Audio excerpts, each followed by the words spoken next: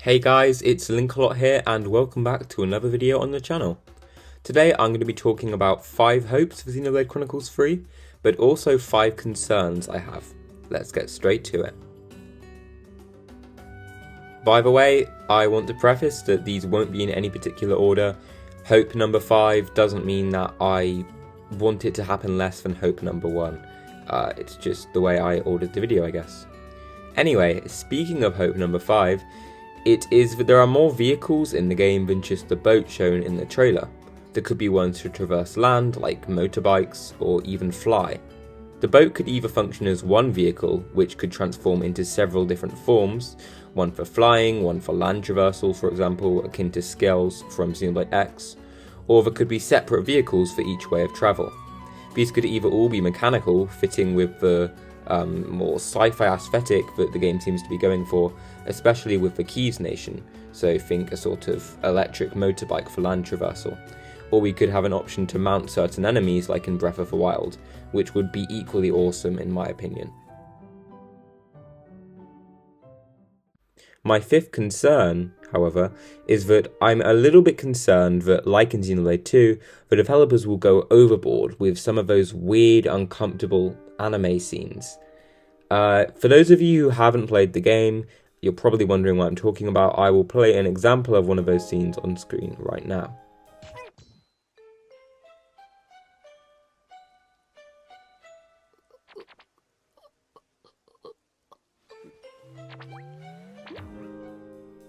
Of course, I am not adverse to any humour. I actually think that it's good to have some humour to basically spice up some of the darker elements of the game, because all Xenoblade games have really dark stories at their heart. But in my opinion, 2 just took it way too far, with some moments that genuinely made me cringe and feel uncomfortable. You can have a game be humorous without all the jokes being, without all the jokes having sexual undertones and just being, just really uncomfortable, in my opinion. Please, Monolith Soft, please, less of this. I really hope you've learned from your mistakes, because it genuinely made me feel uncomfortable sometimes, especially with scenes that involve Tora and Poppy. If you've played the game, I'm sure you know what I'm talking about. My 4th hope is that we have more of the incredibly unique and peculiar looking locations like Satoral Marsh and RFC from the first game. I feel that the second was a little lacking in these types of areas compared to the first. While they were all awesome looking, there weren't as many that really blew me away with their strangeness. The closest we got was probably Uriah of the Lefarian Archipelago, although the latter wasn't particularly shocking more than it was just unique looking. So I hope we get more areas like Valak, Satoral and Eref. Areas that change at night are also awesome, and I really hope Monolith continues with this trend. Thankfully, this seems to already be somewhat of the case. For example, if you look at this area in the trailer, I absolutely love this really kind of unique tree design they've got going on, where it looks like the leaves are made of fire. Really, really awesome, and I hope that there's more stuff like this in the game. Another example of a really cool location which has that incredibly alien aesthetic from past games that they could try to mirror is Noctilium. I'm not sure how you pronounce it because I've never actually played the game, but I'll show a picture of it on screen. That area from Xenoblade X, which might be, in my opinion, the most alien and peculiar looking location in all of Xenoblade, and I'm all for it. I really want areas like that which just blow you away with how abstract they look, because that's what I love about Xenoblade. When you start, sure, maybe you've got your typical grass area, your typical snowy area, but they do it in such a unique way with environments unlike anything else. Linking to this idea, I'm a little worried that most, if not all of the areas, will simply be rehashes or modified versions of the areas from the past games. I really hope that there are some completely brand new areas too. From the trailer, most of the ones shown seem to be, thankfully vastly changed versions of areas from the first 2 games, such as the Fallen Arm, which is now a dry, desert-like wasteland with bizarre, flame-like trees, or this area here which seems to be a mashup of RFC from Xenoblade 1 and the Lefarian Archipelago from the second game. However, there are also a couple of areas which basically look exactly the same as their original versions, such as this one, which is very similar to Magna Forest. My point is, I hope that if a majority of the areas are rehashes of ones from previous games, they are at least changed or added to in significant ways, which thankfully already seems to be mostly the case. If we look at the Fallen Arm-like area, for example, on my first few viewings I didn't even realise that that area was originally the Fallen Arm. The terrain is completely different, and the only thing that gave it away was the structure of one of the digits on the top part of the frame here. Carrying on, even better in my opinion, we could also have a pretty even split between the brand new areas and the modification of ones from the previous games. So you'd have around half of the areas would be brand new ones, and around half of them would be mashups of areas that we've already seen.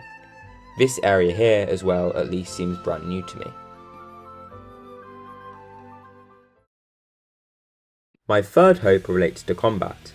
I think it would be really cool if we could switch between party members during battle. This definitely seems more possible than it was in the second game, as if the driver blade dynamic isn't a thing anymore as it seems to be, Monolith would probably want other ways to let us switch up our playstyles mid-battle. I would really appreciate this option, as it would give the player way more options in combat and make executing combos such as the break, topple, daze, or alternatively break, topple, launch, smash if it's even in the game. It would make executing combos like that much easier, with you not having to rely on the sometimes dodgy AI controlled characters. I'm looking at you, Shulk and Melia. My third concern is that the main plot, with a war between Ether Adept forces, being Agnes, and mechanically adept forces, being Keeves, will feel too similar to Xenoblade 1.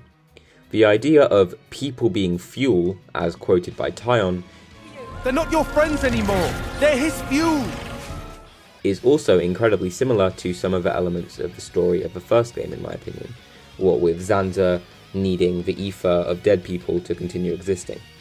I do hope that they are able to mix it up a bit and insert elements to make it feel completely distinct. To be honest though, this is Monolith Soft we're talking about here, who are some of the best story writers in the gaming industry in my opinion. I have faith that they'll be able to craft an entirely original narrative. They've done it before, and they'll surely do it again. My second to last hope is that fashion or customizable outfits will make a comeback. I really missed these in the second game, especially with how prevalent they were in Definitive Edition, and they would have been especially appreciated in the second game, as I really wasn't a fan of some of the more raunchy character designs in that game, so options would have been nice.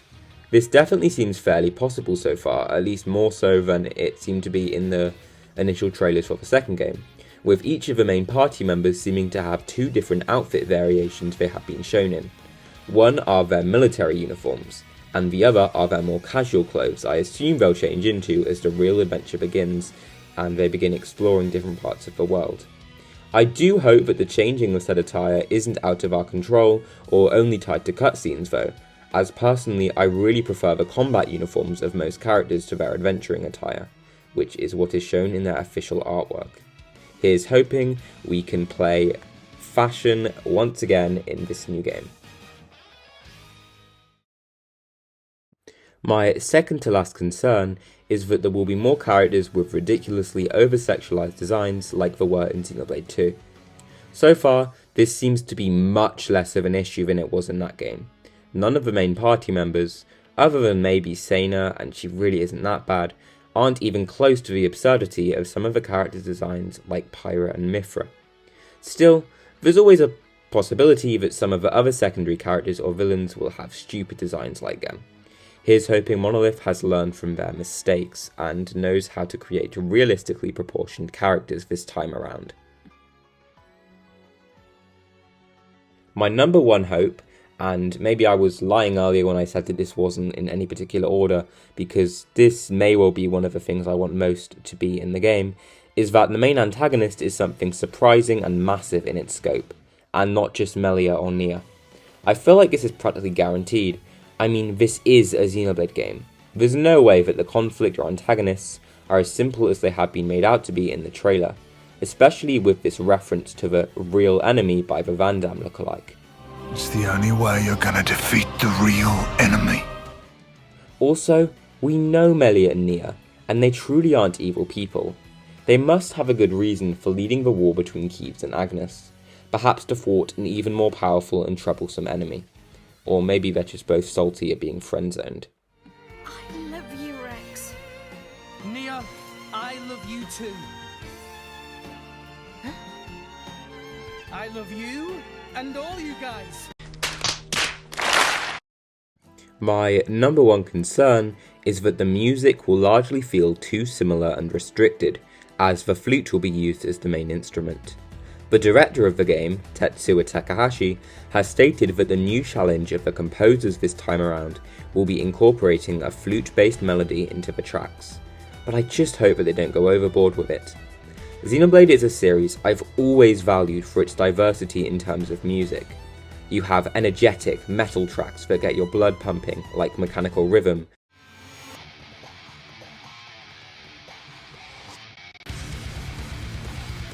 with its heavy use of electric guitars, versus softer and much more emotional and impactful tracks which make heavy use of piano, like Desolation.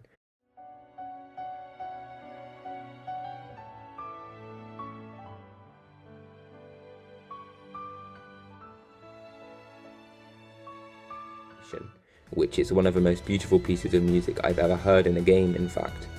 I just fear that if the flute is used in most of the tracks, there can never be as much diversity as was present in the soundtracks of the first two games. It's not that the flute is a bad instrument, but there will undoubtedly be some people who aren't a fan of the way it sounds, so using it in the majority of the soundtrack could be an issue. Still, we'll just have to wait and see. I'm sure the composers will pull it off either way. They are insanely talented. And those were my 5 main hopes and concerns I have for Xenoblade Chronicles 3. I might do a video like this again in the future if I come up with any more ideas for the game, which I'm sure I will, because I just really enjoy getting those ideas out there. And then when the game does come out, we can all look back on these and see how horribly wrong I was, or if any of my hopes actually came to fruition. Anyway, thank you guys very much for watching, I hope you all enjoyed, and I will see you in the next video. Peace. Bye.